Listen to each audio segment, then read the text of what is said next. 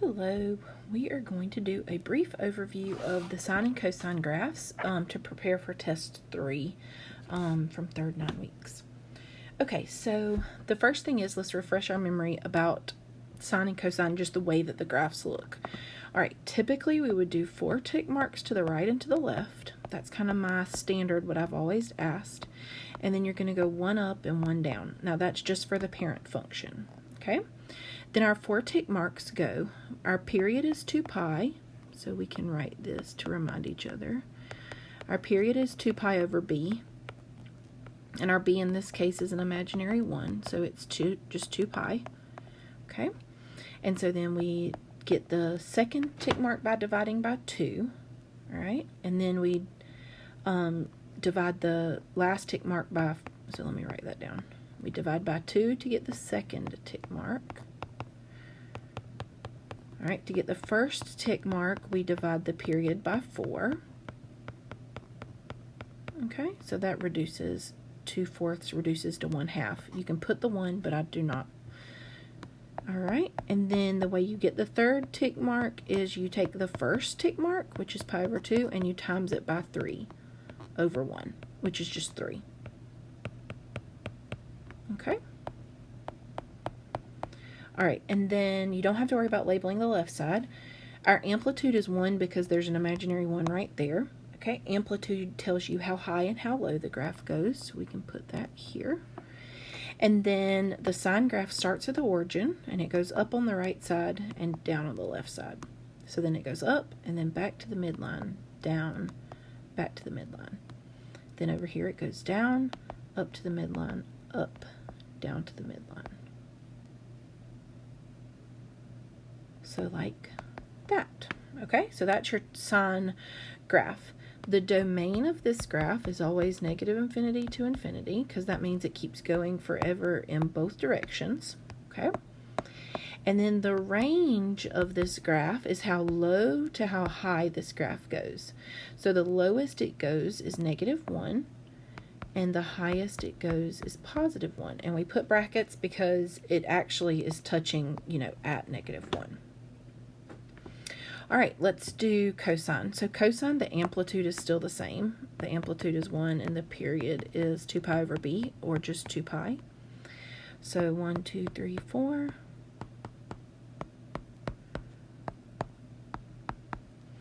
All right, so it's pi over 2, and then 3 pi over 2.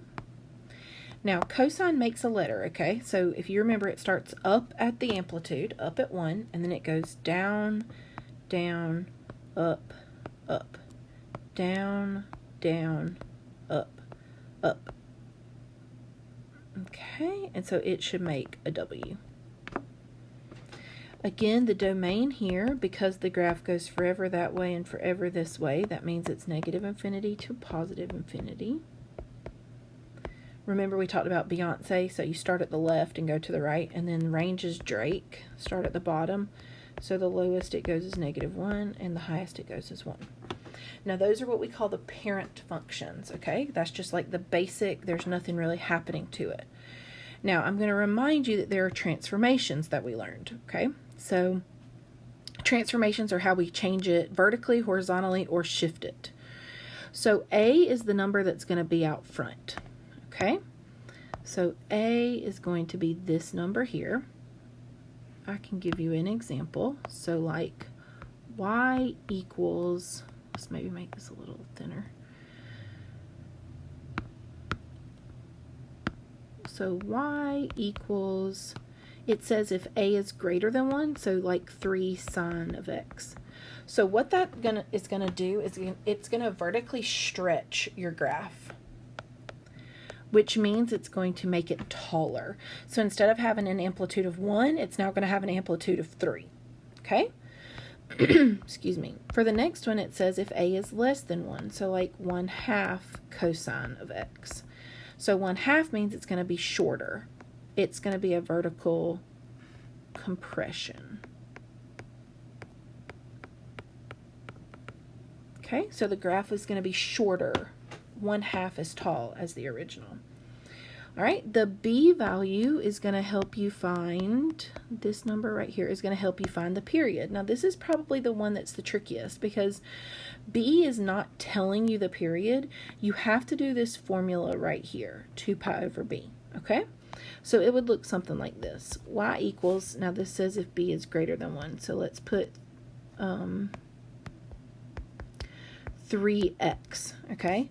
So that means it's going to occur 3 times as frequently. So like if you think about a slinky, that would be like pushing the slinky in. It's happening more frequently. If you're pushing the slinky in, you're compressing it. So it's a horizontal compression. And if you notice, these two are opposite of each other. Less than 1 up here, greater than 1 here. Okay, so that's what I always try to keep in mind for students. All right, so now the other one would be like y equals sine of x over 3, which would be like an imaginary 1/3. A lot of students would kind of forget that imaginary 1, but that would mean it's less than 1, and that would mean it's occurring, the frequency is 1/3 as frequent, so that means it's going to be like pulling the slinky outward, so it's a horizontal stretch. Okay. All right, now C is going to tell you the phase shift, which is like right or left. And if this one is the one that's always opposite of what you think. So if it's a positive, positive numbers are on the right side, but it's opposite of what you think. So a positive is going to move it to the left, and a minus is going to move it to the right. And I'll show you an example. So it'll be like y equals sine of x plus pi. Okay, and then this would be like y equals sine of x minus pi. So the plus is going to move it to the left, and the minus is going to move it to the right. And then D is probably the easiest one. It is going to help you identify the vertical shift, so moving the graph up or down, and it is exactly what you think it is. So a positive is going to move it up, so like y equals sine of x plus 2, and this one would be like y is sine of x minus 2. So a positive is going to move it up, and then minus is going to move it down. Okay, so I think this is a really good overview page right here to kind of help remember everything. And then one last thing is to remind you of reflections. So reflections are going to happen if your A is negative. Okay, so if you notice here, your A is like the first thing you see. So I've plotted right here, I've plotted the original graph, but I'm going to plot the reflection now. Okay, so I'm going to plot this in blue. So the reflection means anything that was up top is now going to be moved to the bottom, and anything that's at the bottom is now going to move to the top. Okay, so the ones here are going to stay there, but instead of going up on the right, now it's going to go down on the right, and instead of down on the left, it's going to go up on the left. And then the ones at the 0 are going to stay there, and then this one will go up, and this one will go down.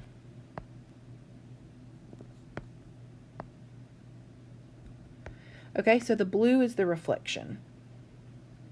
It's going to change everything that was up top down to the bottom, and everything that's the bottom is going to go to the top. I just think right on the right side, it's starting down, and on the left side, it's starting up, which is opposite of what the parent graph does. Okay? So that's reflection, and then let's do cosine. So cosine makes a W. Well, if you think about taking a W and flipping it, it's going to make an M. All right, so that's what we should see. So typically on the left and right side, it goes down on both sides to begin with. So that means now we're going to go up.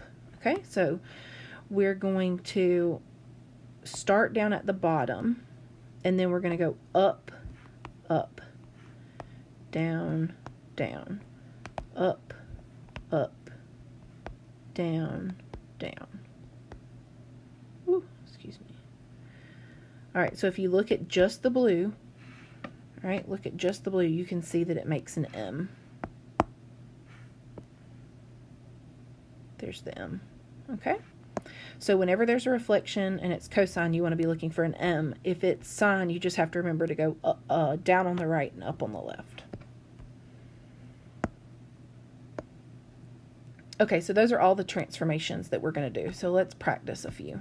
Okay, so I just made up a couple examples, and we want to be able to go through them and identify each of the parts. Okay, so if I look at this equation, y equals -3 sine of x plus 1, I need to identify what each of these things, if you will, is doing to the graph. Okay, so I have a negative, I have a 3, and I have a 1. So each of those is going to do something to the graph. So the 3 is going to affect the amplitude, and it is greater than 1. Because it is greater than 1, that means it's going to be a vertical stretch. Okay, that means it's going to be taller than the original. So that's your A. Now this is going to tell you a reflection, so I need you to put that, because that's not in our list, over here to the side. Our period is always going to be 2 pi over b. Well, what is our b in this problem? Our b is always what's between the trig function and the x. So it's a 1, and 2 pi divided by 1 just equals 2 pi. Okay, so no change there. If you remember, we would write NC for no change. So that means these are still going to be what they were originally in the parent function. Our phase shift is none because there are no parentheses. That's an easy way to find a phase shift. And then our vertical shift is up 1. Okay, that's what the 1 does. So the very first thing we're going to get set is our midline. So typically the midline is here, okay? But our midline is not there anymore because we have shifted this graph up 1. All right, so I'm going to go to 1 here, and I'm going to shift up 1. So you want to do the midline first. So we've gotten this done. Now we need, and we've already gotten the period done because that's just your tick marks. Now we need to set our amplitude. So from the amplitude, from the midline, we're going to do the amplitude. So we're going to, from this midline, the dotted line, we're going to go up 3. 1, 2, 3. So that's our topmost point. And then from the midline, we're going to go down 3. 1, 2, 3. And that's our bottommost point. Okay? And so now what you want to think is this midline, this one here, this is our midline. This is like your new x-axis. So you want to pretend that this doesn't even exist anymore. Okay? All right, and so now we can plot our graph. So sine starts at the origin. Well, that's not our origin anymore. We shifted up. So here is our new origin. And then sine goes up on the right and down on the left. But we have had a reflection. So instead of going up on the right, we're going to go down on the right. Then we're going to go back to the midline. Then we're going to go up and then back to the midline. Okay? So on the left side, it typically goes down, but because it's a reflection, it's going to go up, then midline, then down, then midline. Okay? So there's the graph. It is taller than the original one, and it has shifted up from the original graph, and it is also reflected. All right, let's look at another one. Okay, so the next one, we have our amplitude is still 1, so no change. There's an imaginary 1 here. There is not a reflection, so that's easier this time. Our period now, here's our b. So it's 2 pi over 4, which simplifies to pi over 2. So that means that's our 4th tick mark. Okay? So remember, to get the first tick mark, you're going to do pi over 2 divided by 4. All right, well, that poses a little bit of an issue, so we need to do keep, change, flip. So pi over 2 times, and remember, you can make this a fraction. And so that equals pi over 8. So that's our first fraction. Then our second fraction, or our second tick mark, we're going to do the period divided by 2. Keep, change, flip, so pi over 2 times 1/2, and that's pi over 4. So this is for the first tick mark. This is for the second tick mark, and then to get the third tick mark, we're going to take the first one, so pi over 8, and we're going to times it by 3 over 1.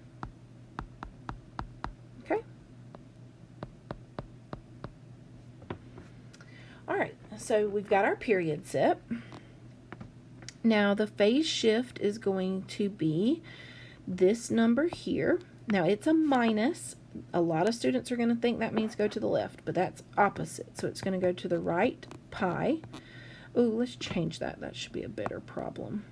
It should be pi over, let's put pi over 4. Sorry. Okay. So it's going to go right pi over 4. And then our vertical shift is our D here, which means it's going to go down 2. All right, so the first thing we're going to get set is our midline. Okay, so that means we're going to go down 2. So 1, 2. Here's our midline. So we're no longer looking at the x-axis as our midline, okay? Then we want to get our other axis set. So we've shifted this graph to the right. So instead of this y-axis here, we're going to move it 1, 2 to pi over 4, okay?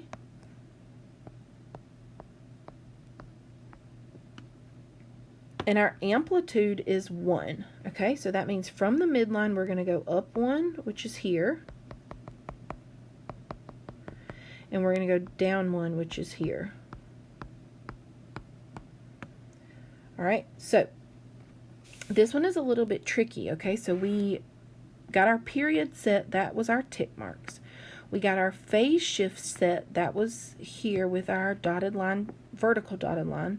And then our vertical shift was with the horizontal dotted line, okay, because it moved down. All right, so now I want you to try to identify your new origin, okay? Your new origin is here, okay? But does cosine start at the origin? And the answer to that is no. The cosine starts up at the amplitude. So instead of starting here, we're going to start up here. Okay? Does that make sense? Up at the origin. We do not have a reflection or anything, so we don't have to do that. Oh, and one thing really quickly. When we shifted the graph over twice, okay, right? We shifted it 1, 2 here. We also need to think about the tick marks. So remember how we've said we want 4 to the left and 4 to the right. Well, if you look to the right of this, we only have 1, 2 tick marks, so we need to add 2 more, okay? So I'm going to add 1, 2 more here, and then I'm going to take 2 of them off over there. I should have done that at the beginning, I'm sorry. Okay, so now we're going to start. We're going to start up here for cosine, and then it goes down, down, up, up, down. Remember, this is a tick mark. It's just a really big one now. Up, up. And so it lands right where it needs to. And there we go. We have an amplitude of 1. We have a period of pi over 2. We have a phase shift of right pi over 4. If it is not one of the numbers in the tick marks, like that's why I had to correct that problem, you know you've done something wrong. That's how I knew I needed to change the problem.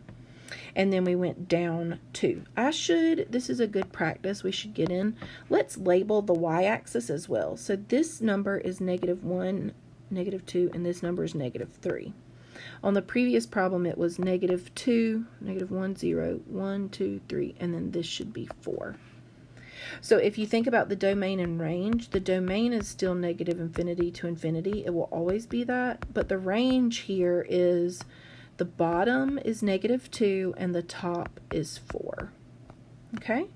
So the domain here, of course, is -infinity to infinity, and the range is the lowest is -3, and the highest is -1. Okay? So that should help you with the graphs a little bit. If you have more questions, you can just, send me questions as you need to.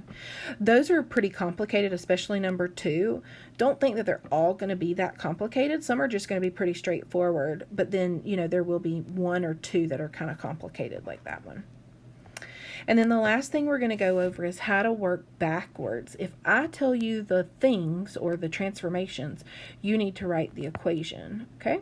So the way that we're going to do that is you have to start with y equals and a plus or minus, because we don't know if there was a reflection or not. If it said reflection, then that would be good. And then we're also going to be using the sine equation because it says so. Okay, so what comes first? Well, the amplitude comes first. So it's going to go 2 sine. I'm going to leave a little blank here, and then I'm going to put, oops, I was about to put parentheses, but do you see we do not need parentheses because we don't have a phase shift. Okay, so x, and then up 3 means plus 3. Okay, so that's going to be plus 3 there. Now, I left a blank because I don't really need so much space here. I left a blank before the x because that's the period. Now, a lot of students are going to put 2 pi over 5 right here, but that's not the case, okay? This is the one where you have to work backwards because I'm telling you what the period is, and remember the formula is 2 pi over b. You have to figure out what b is, okay? And so if 2 pi over b equals 2 pi over 5, if these match up, then so do these. So that means b has to equal 5. That's one way to look at it. And so you're going to put a 5 in here. Another way to look at it is, let's write an equation and solve it, okay? If we know that the period, let's use a different color so it stands out. 2 pi over b is your formula, and it will equal this period that I gave you, 2 pi over 5. Just cross multiply. So we have 10 pi, because 2 pi times 5 is 10 pi, equals 2 pi b. Now we're trying to solve for b, so we're going to divide by 2 pi, right? And then b is going to equal, the pi's cross out, and then 10 divided by 2 is 5. And that's what goes in here. Okay?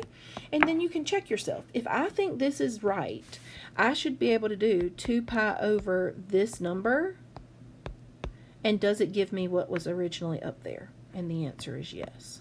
Okay? And so there's your equation. It has an amplitude of 2. We did the plus or minus because we don't know if there's a reflection. If it had said reflection, you would just put a negative, but we're not sure, so we have to put both. This b was because of the period, and then the plus 3 was because of the vertical shift up 3. All right, let's do another one. All right, so it doesn't have anything about an amplitude, so you can put a 1, but I really think it looks better if you do not. So if you just go straight into sine and have the understood one. All right, we're going to leave a blank because of period. It does have a phase shift, so we want to open our parentheses and put x first. So it says left pi. So remember, left is opposite of what you think. Numbers on the left side are negative, so that means we want it to be a plus, a positive. Okay? And then the vertical shift down one is -1. Does that kind of make sense? I hope so. All right, so then we need to write our equation. 2 pi over b. What could this formula be? What could b be so that we could get pi as our answer? Okay, so I'm going to put a little 1 under this, and I'm going to cross multiply. So that's 2 pi equals pi b. And now we're solving for b, so we're going to divide by pi. Okay, so b equals 2.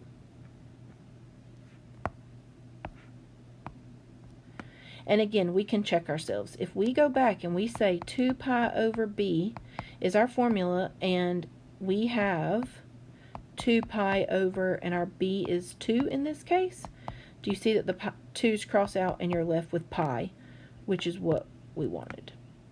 Okay? So that's just a way to check yourself when you think you're done.